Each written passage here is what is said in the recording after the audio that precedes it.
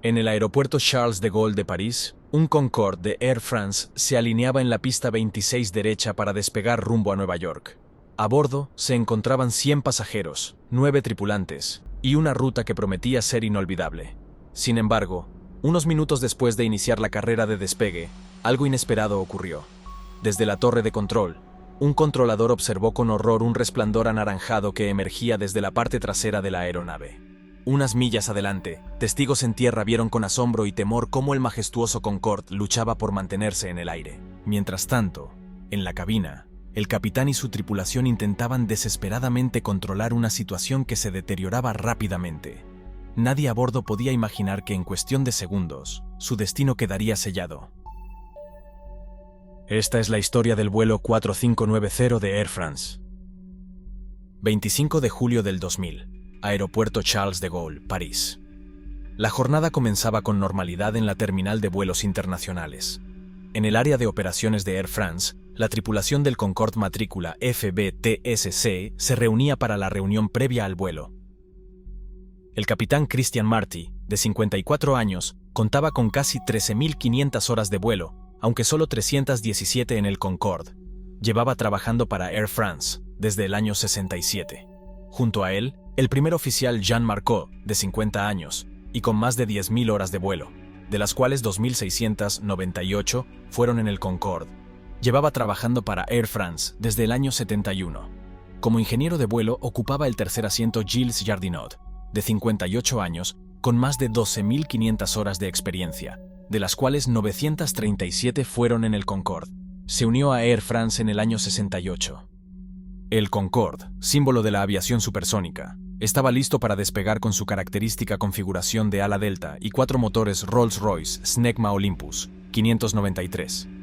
Su diseño permitía alcanzar velocidades de Mach 2.02, el doble de la velocidad del sonido. Para este vuelo, la aeronave había sido sometida a las revisiones técnicas estándar y se encontraba en condiciones óptimas para operar. Los pasajeros comenzaban a llegar a la puerta de embarque. La mayoría eran turistas alemanes que habían pagado un precio elevado por la experiencia de viajar en el Concorde, como parte de un exclusivo paquete vacacional que incluía un crucero por el Caribe. Entre ellos, familias, empresarios y viajeros entusiastas que veían en este vuelo una oportunidad única en la vida. A las 2 de la tarde, hora local, la tripulación abordó la aeronave y comenzó la preparación final. En la cabina se realizaron las verificaciones de rutina, incluyendo la configuración de los sistemas hidráulicos, eléctricos y de navegación. El ingeniero de vuelo confirmó que los niveles de combustible eran adecuados, 95 toneladas, lo suficiente para completar el trayecto sin necesidad de escalas. En la pista, un DC-10 de Continental Airlines realizaba su rodaje y despegaba minutos antes, sin que nadie imaginara que dejaría un rastro que cambiaría la historia de la aviación. El Concorde estaba listo. Faltaban minutos para el despegue. Nada parecía indicar la tragedia que estaba por venir. El sol de la tarde bañaba las instalaciones del aeropuerto Charles de Gaulle, mientras la torre de control daba la autorización de rodaje. A las 4:34, hora local, el Concorde comenzó su desplazamiento por la calle de rodaje Romeo, dirigiéndose hacia el punto de espera de la pista 26 derecha. Desde la cabina, el capitán Marty y su tripulación realizaban los últimos chequeos. El primer oficial verificaba las listas de procedimientos, mientras el ingeniero de vuelo supervisaba los niveles de combustible y presiones de los motores. Todo parecía estar en orden. A bordo, los pasajeros miraban con expectación por las ventanillas. Para muchos, era la primera y quizá la única vez que volarían en un Concorde. La emoción y el prestigio de este viaje eran palpables en el ambiente. A las 4:40 de la tarde, hora local, la torre de control autorizó al vuelo 4590 a alinearse en la pista. El Concorde avanzó lentamente hasta la cabecera de la pista 26 derecha, posicionándose con precisión. En ese momento, el controlador informó a la tripulación sobre las condiciones del viento. 0,90 grados a 8 nudos, condiciones óptimas para el despegue. El Concorde estaba en posición y la tripulación se preparó para el momento crucial. El capitán Marty fijó las manos en los controles y la torre de control dio la autorización definitiva. Air France 4590, autorizado para despegar. Buen vuelo. El primer oficial repitió la autorización. Air France 4590, autorizado para despegar. El Concorde estaba listo para hacer lo que mejor sabía: volar. El rugido de los 4 motores Olympus se hizo cada vez más fuerte mientras la aeronave comenzaba a acelerar por la pista. Sin que nadie lo supiera, el destino ya estaba escrito. A las 4:42, el Concorde inició su carrera de despegue.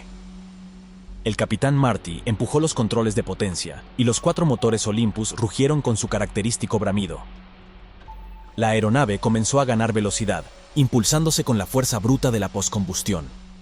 100 nudos, anunció el primer oficial. El Concorde seguía acelerando. El tren de aterrizaje vibraba sobre el asfalto mientras la aeronave se acercaba a la velocidad de decisión. V1, indicó el copiloto. En ese instante, algo inesperado ocurrió. Una fracción de segundo después de alcanzar la velocidad de decisión, una de las ruedas del tren de aterrizaje principal izquierdo impactó con un objeto en la pista. Era una tira metálica de titanio desprendida de un DC-10 de Continental Airlines, que había despegado minutos antes. El impacto destrozó el neumático delantero izquierdo del tren principal, y varios fragmentos de goma salieron despedidos con una fuerza descomunal, golpeando el ala izquierda del Concorde. Uno de estos fragmentos perforó el depósito de combustible número 5, situado en el ala. En cuestión de segundos, un chorro de queroseno comenzó a escapar a presión, convirtiéndose en una nube de vapor inflamable. Simultáneamente, el calor generado por la postcombustión de los motores encendió la fuga de combustible. Desde la torre de control, un controlador gritó por la radio: Air France 4590, hay fuego en la parte trasera. Sin embargo, el Concorde ya no tenía más opciones. Había superado la velocidad de decisión y ya era tarde para abortar el despegue. El capitán Marty tiró de los controles y la aeronave, envuelta en llamas, dejó el suelo. En ese momento el Concorde ya estaba en el aire y el verdadero infierno acababa de comenzar. Las llamas se extendían rápidamente a lo largo del ala izquierda, alimentadas por la fuga de combustible. Mientras tanto, en la cabina, las alarmas sonaban con insistencia. El capitán Marty y su tripulación se enfrentaban a lo impensable: intentar controlar un Concorde en llamas y con pérdida de potencia. La aeronave, gravemente afectada, apenas lograba ganar altitud. A medida que la velocidad se mantenía crítica, la aerodinámica se veía comprometida. En la cabina, la tripulación intentaba evaluar la magnitud del daño, pero el humo inundaba el panel de instrumentos y con el sonido de alarmas activadas simultáneamente, la toma de decisiones se volvía más difícil con cada segundo que pasaba. Los motores 1 y 2, en el ala izquierda, comenzaron a perder potencia. La asimetría en el empuje generó una inclinación peligrosa hacia un lado, lo que obligó al capitán a realizar correcciones constantes, en un intento desesperado por estabilizar la aeronave. Sin embargo, con la resistencia aerodinámica aumentando debido al fuego, la altitud seguía siendo insuficiente para cualquier maniobra efectiva. Mientras tanto, los pasajeros en la cabina veían con horror cómo las llamas consumían parte del ala izquierda. Algunos rezaban, mientras que otros se aferraban a sus asientos en completo silencio. Desde tierra, testigos en el aeropuerto y sus alrededores miraban con incredulidad cómo el Concorde, que apenas había despegado, luchaba por mantenerse en el aire.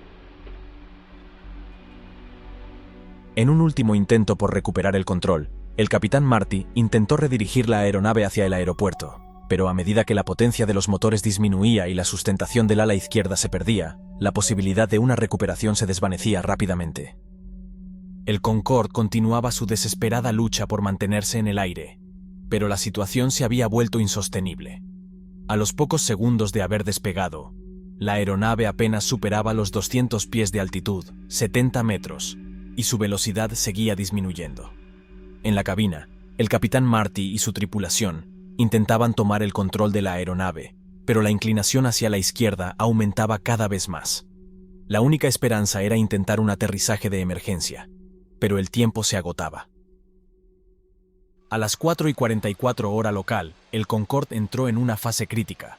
Los motores 3 y 4, los únicos que aún generaban potencia, no podían compensar la falta de empuje del lado opuesto.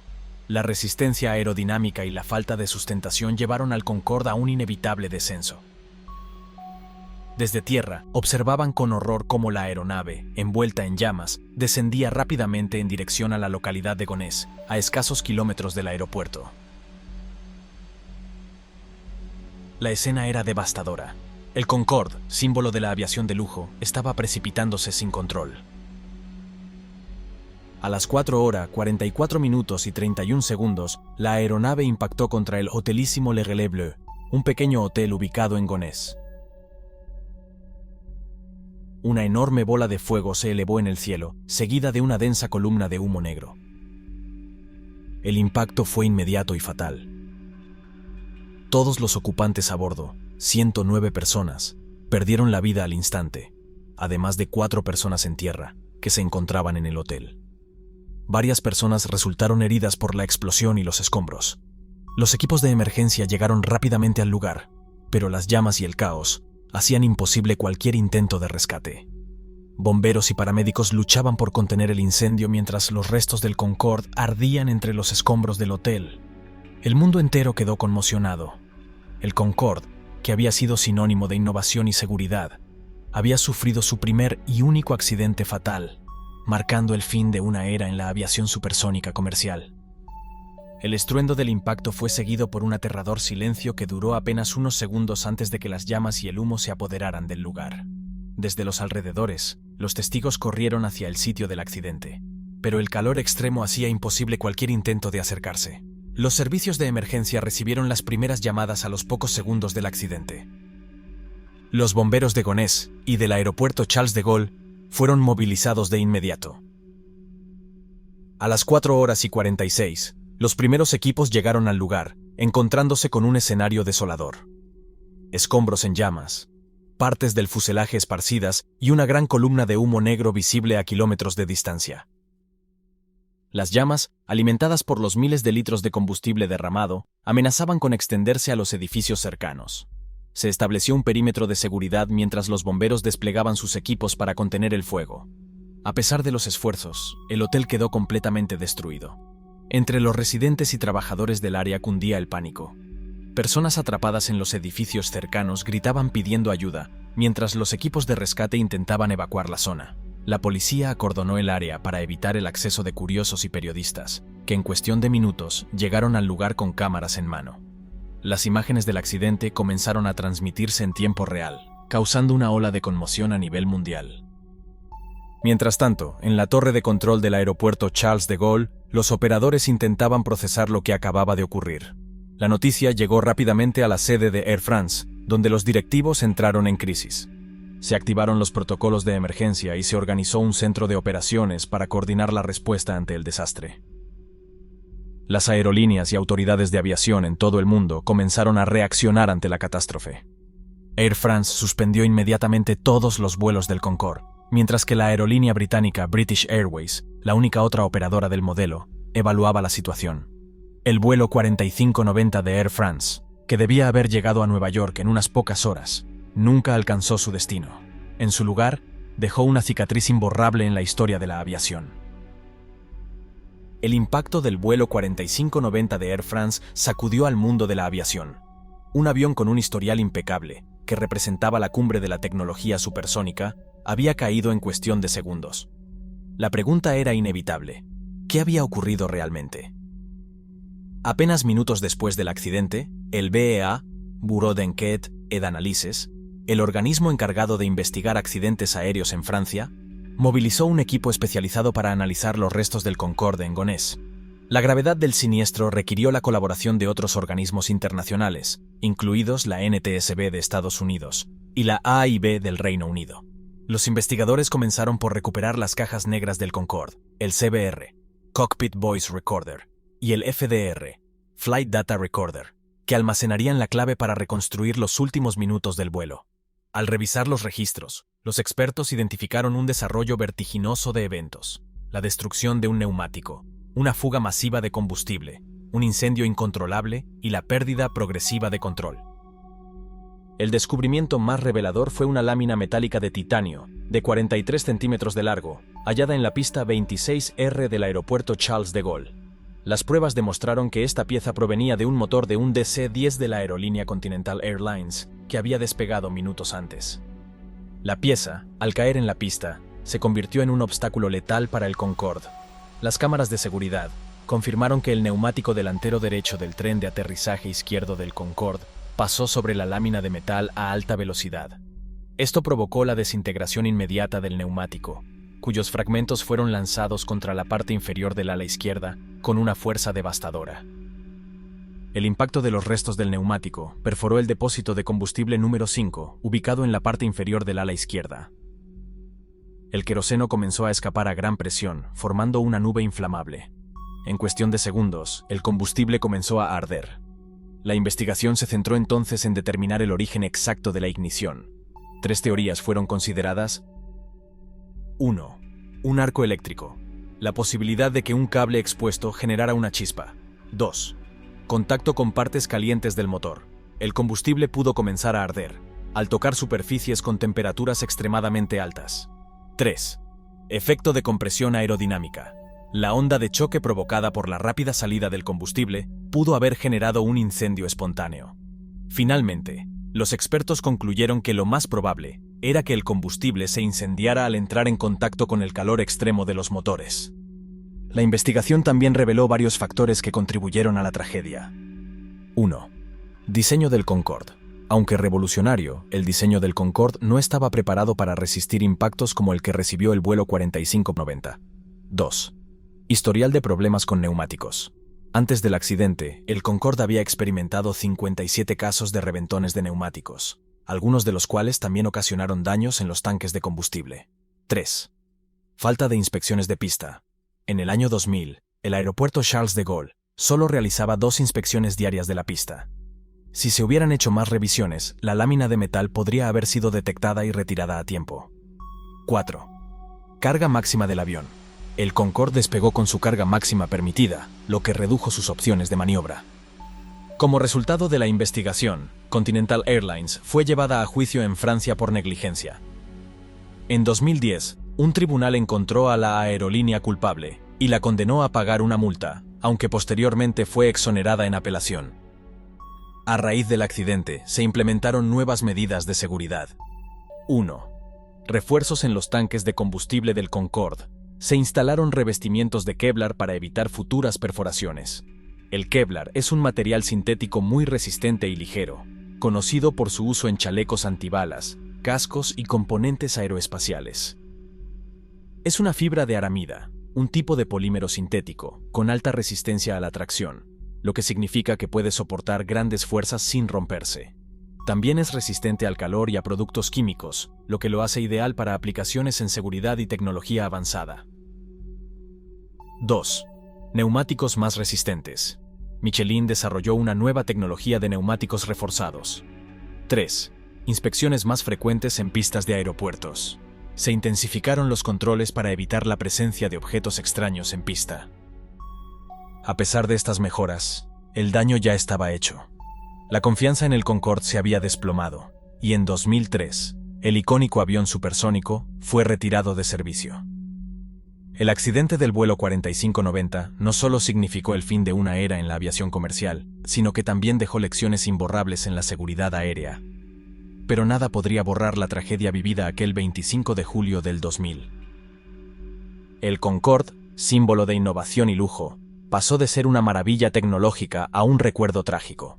Las repercusiones del accidente se sintieron en múltiples niveles: en la industria aeronáutica, en las regulaciones de seguridad y en la percepción pública de los vuelos supersónicos. Tras el accidente, la confianza en el Concorde se desplomó.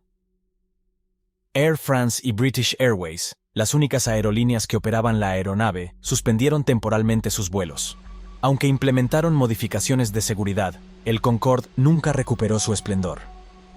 En el año 2003, ambos operadores anunciaron el retiro definitivo del avión, cerrando un capítulo único en la aviación comercial. El accidente y el posterior retiro del Concorde supusieron un duro golpe para Air France y British Airways. La aeronave, aunque prestigiosa, era costosa de operar y mantener. La reducción en la demanda y el miedo entre los pasajeros convirtieron su explotación en algo insostenible. La pérdida de confianza afectó las reservas, y las aerolíneas vieron que el Concorde ya no era viable financieramente. El retiro del Concorde simbolizó el fin de la aviación supersónica comercial. A pesar de su velocidad y exclusividad, los altos costos operativos y el miedo generado tras el accidente impidieron su regreso. A día de hoy, No existe un sucesor comercial del Concorde, aunque empresas como Boom Supersonic buscan desarrollar nuevos aviones supersónicos con tecnología más avanzada y segura. El vuelo 4590 dejó una huella imborrable en la historia de la aviación, recordándonos que incluso las mayores proezas tecnológicas pueden verse truncadas por algo tan aparentemente insignificante como un pequeño fragmento de metal en la pista. Cada año se recuerda a las víctimas con homenajes en Francia y Alemania, manteniendo vivo el recuerdo de aquellos que perdieron la vida en la tragedia. El Concorde sigue siendo una de las máquinas más icónicas jamás creadas, y aunque ya no surca los cielos, su legado persiste en la memoria de la aviación y en la continua búsqueda de la mejora en la seguridad aérea.